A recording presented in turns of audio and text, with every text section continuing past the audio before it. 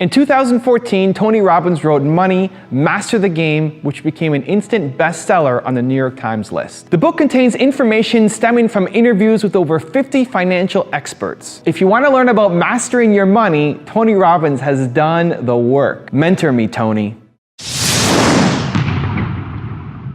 I want everybody who's watching to remember one thing. The biggest myth you have, not the one that's been sold to you, that hurts you is the average person thinks finance is so complex because, frankly, the industry tries to make it sound complex. They use words that you don't know, so you don't know what to do. You know, what does this mean? And so what happens is we just give them our money and say, deal with it, and we don't realize that system has been set up. It's not an evil system. It's set up by corporations that are looking to maximize profit for those corporations. They're not looking out for the investor because this investor is second, and we think we're first, and we're not.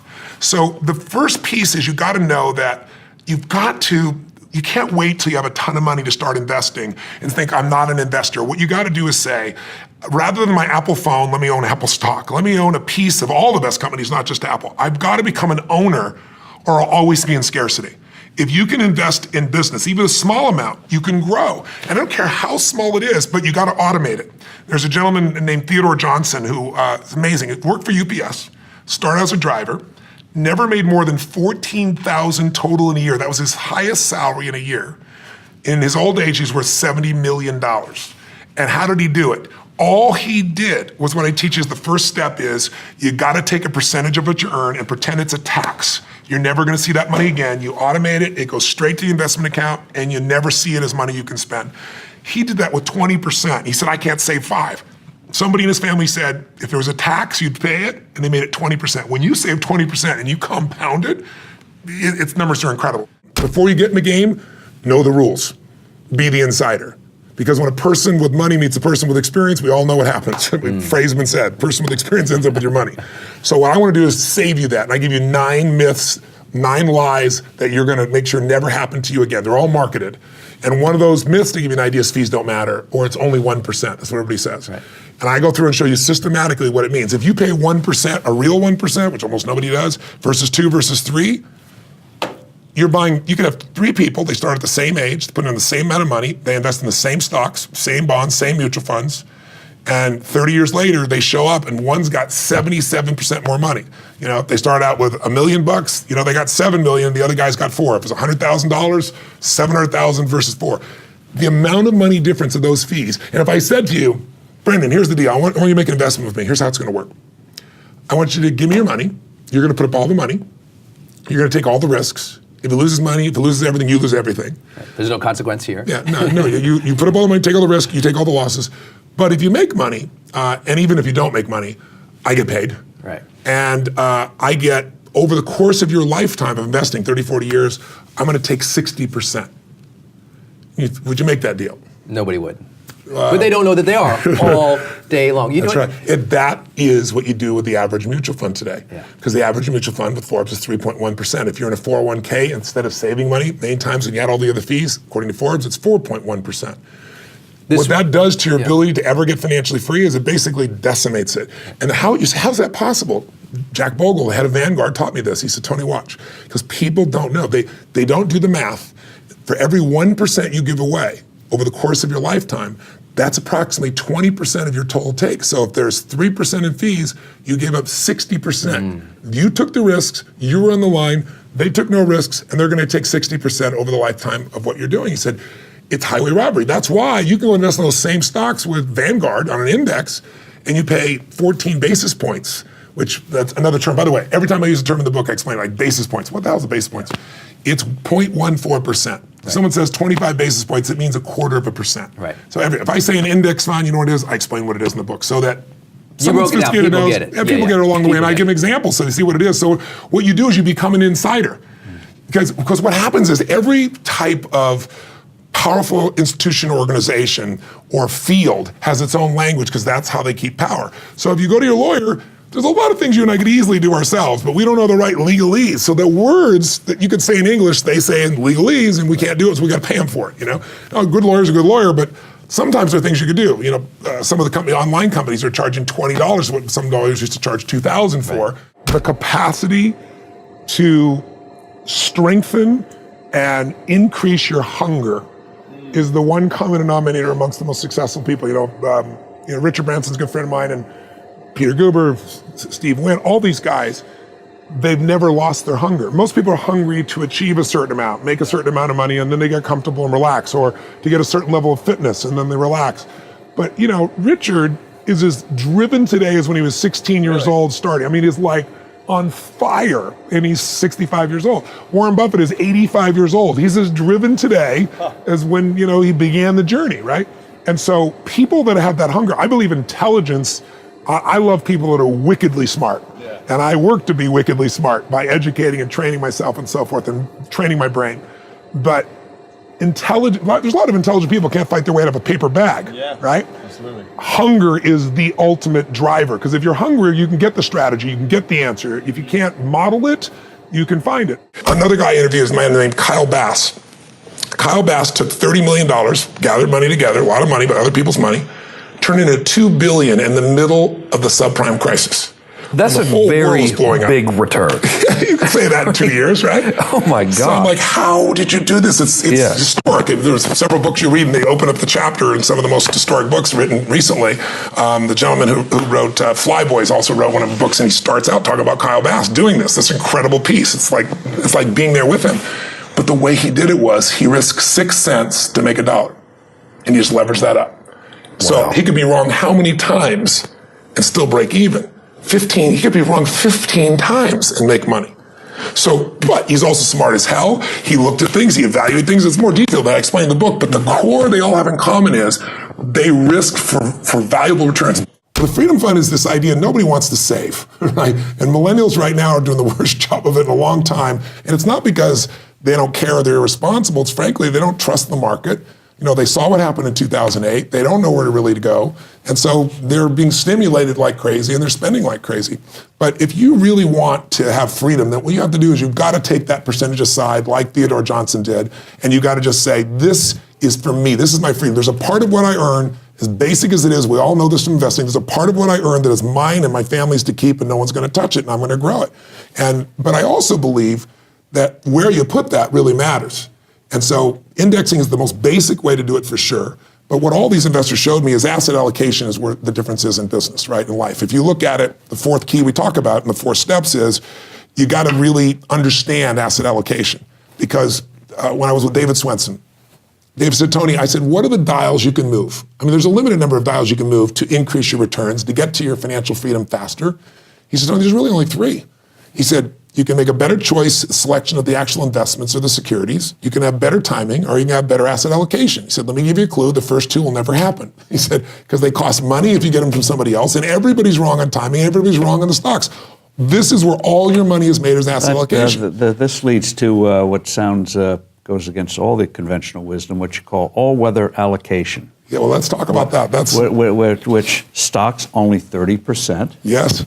Explain. Yes. Well, I sat down with the famous Ray Dalio, right? Right. And I prepared for 18 hours for that interview because he's a genius and there's not that much on him and I wanted to absorb it all. So I got every little bit of it, sat down with him, and it turned out Ray was a fan of my work, which I was touched by 20 years ago. I guess he listened to my program, so he was very generous with his time. And we spent these 3 hours, and in the 3 hours, when I got to the end, I said to Ray, I said, listen, I really want to help the average person, so I got a question for you. I did this with everyone. I said, if you couldn't give your money to your children, any of it, and all you could do would be give them a portfolio or a set of investment strategies or instructions, and they were going to start over and build it, what would it be? And he said, Tony, I spent a decade figuring that out. All my money's already there. My kids' money is there. My money from philanthropy when I'm gone is there because I'm not going to be here, and I want something that'll do well in the future, and I don't know what the future is going to be. Markets are going to always change. I need something that could work in any market. I call it my all-weather fund. Most of us in the business are familiar with it a little bit. And so he explained it to me, and I have a good understanding. And I said, I get it. So what you're saying is the reason why, this was obsessed him. Why is it if I have a balanced portfolio in 2008, I got nailed on both sides? Exactly. Why did that happen in 2000? Everybody says portfolio theory, this is supposed to protect me, and it didn't work. But he said, as soon as things get better, no one talks about it, we just forget about it. It happens again. Happened in 2000, happened in 2008. He said, I figured it out. When you have a 50-50 portfolio, right, that's 50-50 of where you put your money in assets. 60-40, 50-50, however you look at balanced portfolio, right? But he said, the problem is that's not balanced risk. And this is where people are crazy. I've seen people write things up. They see this in the book and say, Tony Robbins is promoting. First of all, I'm not promoting anything. Every word in this book is from the best investors on earth. Anything that's from me is about the emotions. That I know for 36 years. That's been my expertise. These are their views, but I'll tell you what's amazing. He said, Tony, when you have stocks and bonds half and half, you're not equal because equities are 3 times more volatile. So your risk is 95.5. He said, so that's why people get killed in the 2008. And he said, I try to get this through to people. He said, but all of our people handle it. You know, you manage money for countries, the largest, pension funds on earth. He said, but people don't listen. They look at it and go, oh, this is bond heavy. The bond days are over because inflation's going forward. He said, it's not true, Tony. This fund in the 1970s, it was the worst time for bonds and it was an extraordinary time for all weather because it isn't. It looks overbalanced because in order to get the same level of risk, you have to go for more long-term bonds or you have to use more leverage on the bond side. And so when he was all done, it was, for the average person complex, I'm seeing financial people look at this and write things up that are just silly, saying, this is never going to work because we're in the, interest rates are the only place to go. If interest rates go up, it's a balanced fund. The other areas kick in. But here's what's interesting. After he told the whole thing to me, I said to him, look, this is wonderful. You've given me something that very few people understand on the planet. I think I really got it. And I played it back to him. He said, you got it. I said, but here's the problem. The average person is never going to know what to do with this. And I said, I'm trying to help somebody that needs to know what to do. I said, you're telling me to make this beautiful chocolate cake, and you're saying, Tony, here's how to do it. Use some sugar, right? Use some chocolate, use some dairy products. I need to know the amounts, give me the amounts. He goes, Tony, that's my secret sauce. And that's when he told me, he said, look, 10 years ago, for you to even get in to talk to me, it was $5 billion net worth, $100 million to get in. And he said, and now for 10 years, I haven't taken anybody's money. And so you answered your own question. I said, you're not taking money anyway. It's not going to compete with you. The average guy, he says, never going to make it talking to a wealth manager. Tell me what to do. And he's so generous. He's giving up half his net worth like many other people. And in the end, he said, okay. He said, but it'll be complex. I said, I can make it simple. He said, well, I don't want leverage in it. I said, design one without leverage. He goes, it won't be perfect. I said, I don't care if it's not perfect. Your idea of unperfect will be somebody else's idea of the best thing they could do. And they laid out the numbers. We ran the numbers and used the same back testing. So you saw year by year how it really did over the last 75 years of modern investing. And here's what's amazing. Like all weather, similar. In 75 years, it's been right 85% of the time.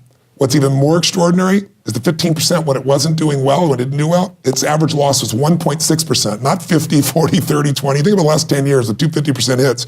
His biggest loss in 75 years was less than 4%, minus 3.95. And that was 2008 when the market exploded, down to 51% from peak to trough. Here are the allocations Yes. in the book, which would make a normal person gag, at least initially. Stocks only 30%. That's right. Even though the stocks on average are supposed to gain, 9% a year? Yes, 9.2. Long-term treasuries, 40%. Yeah. Intermediates, 15. I know. Gold, 7.5. Commodities, 7.5. Yeah. Absolutely counter wisdom. I know, and it's amazing. When I interviewed David Swenson, he said, he wrote a book.